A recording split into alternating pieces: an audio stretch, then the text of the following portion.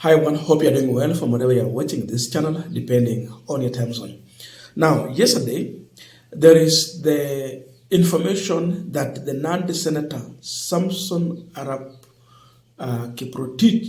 Cherargei shared on his social media that has really exposed William Ruto and revealed the serious panic and confusion that he is facing after Raila Odinga lost in the AU bid at Addis Ababa, Ethiopia. Cherargei is suggesting that NADCO report should be brought back and fully be implemented. And by amending the NADCO report, that means we are touching on the Constitution of Kenya, 2010. It is no longer new. It's an old constitution, about 14 years old. And by doing so, they want to create the office of the Prime Minister. And after creating that office, according to Samson Cherargei, allow Raila Odinga to serve in that capacity.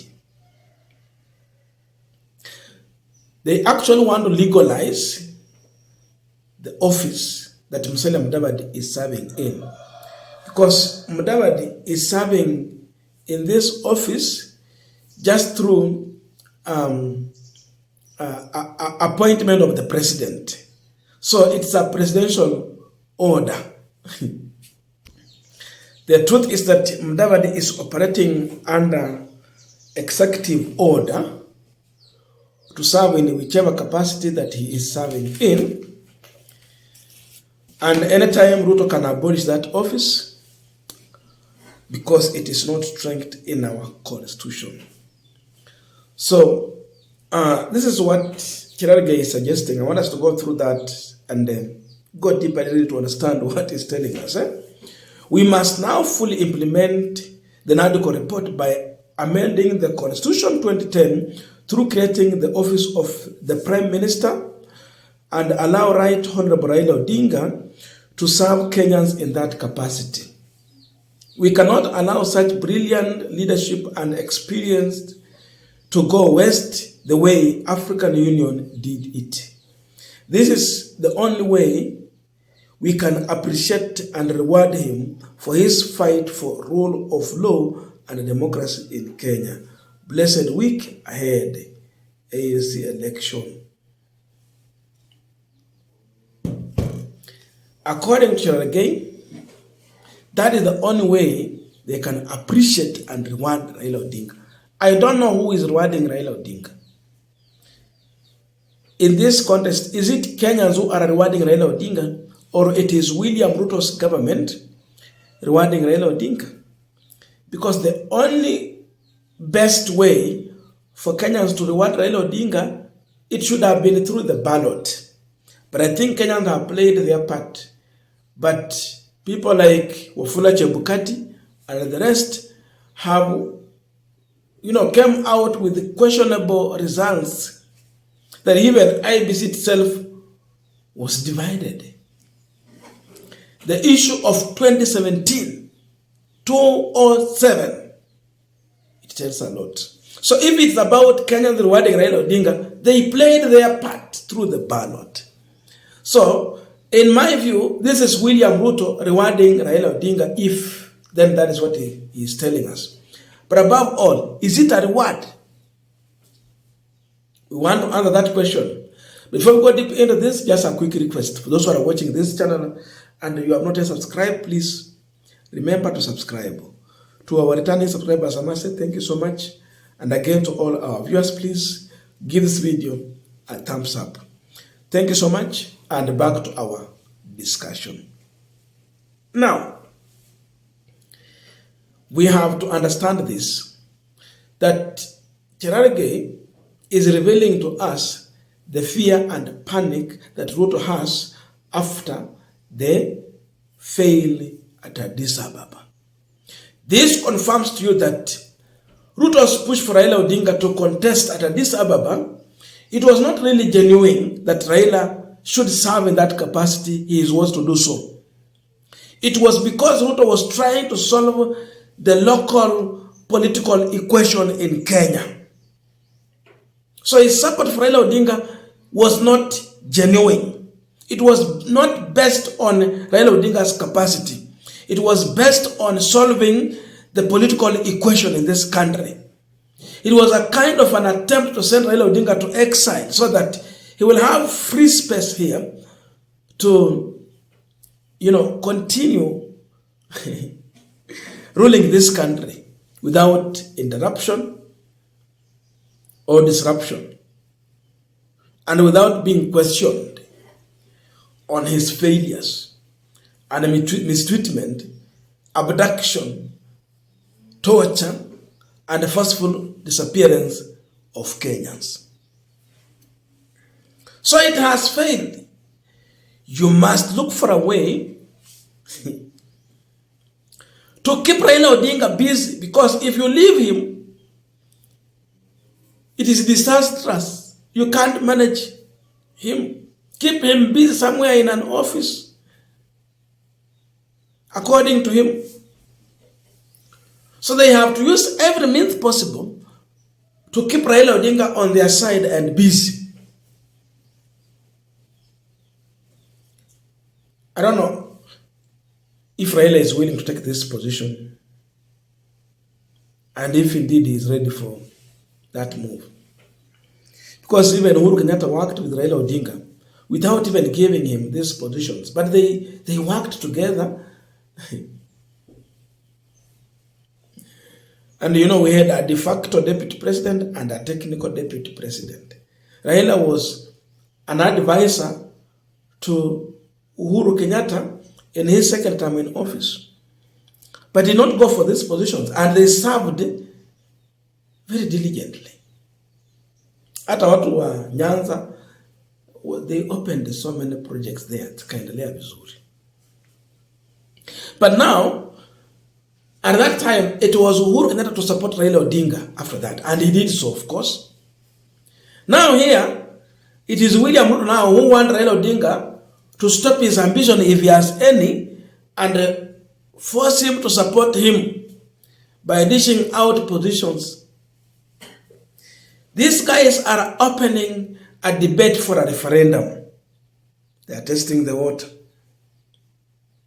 Referendum will attract funding, which is going to touch on taxpayers' money in an economy that is not working for the people, in an economy where we don't have medicine in the hospital, in an economy where we are struggling with the unemployment of the youth, in an economy where people are suffering to get ends meet. Yani, affording one meal is just a problem for some of us huku Kenya. Tuko na shida kubwa, wengine tukupata one meal ni shida. So imagine you survive with one meal. But there can be a budget to manage Raila Odinga just because someone is ambitious with a failed system that is not working for the people, that is worried he cannot be re-elected. So, take billions, najua campaign itakuja, kama kweli hii mambo itabidi ipite. Ikisha kuja, kutakuwa na pesa za referendum. Because you want to change the constitution so that this one is entrenched in the constitution, and there will be a formula. Atakuwa appointed, ama itakuwa namna gani. Ama atakuwa ni mtu wa kuandika na kufuta anytime. So Mudavadi factor also comes in attempt where they're trying to put Raila Odinga somewhere.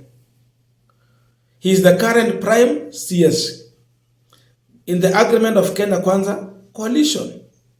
Where do you take him? Another question. Are you solving one question by creating another question? Because Luyas have supported Raila Odinga since he has been on ballot himself. The question is, will they continue to support him when he's not in the equation as the candidate? Hiyo ndio kitu that has never been tested. Mkisema mambo ya 2000 ile ya Kibaki tosha, remember the running mate alikuwa nani? Kijana wa Malava the late.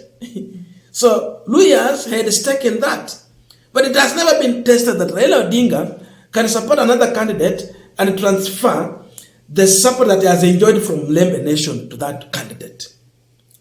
There will be that feeling of what Mount Kenya is feeling today, that Gachagua was removed and therefore they were betrayed. What about this one? Unless if Ruto, in that interest, he want to forget Mount Kenya completely, then have Mudavadi as his running mate, then Raila to serve in that capacity. So it's a betrayal. Lazima kutakuwa na mtu mwenye atakuwa betrayed, either Mount Kenya, Kithure Kindiki na wale, ama Mudavadi na Waluya huku. But we know where he's focusing.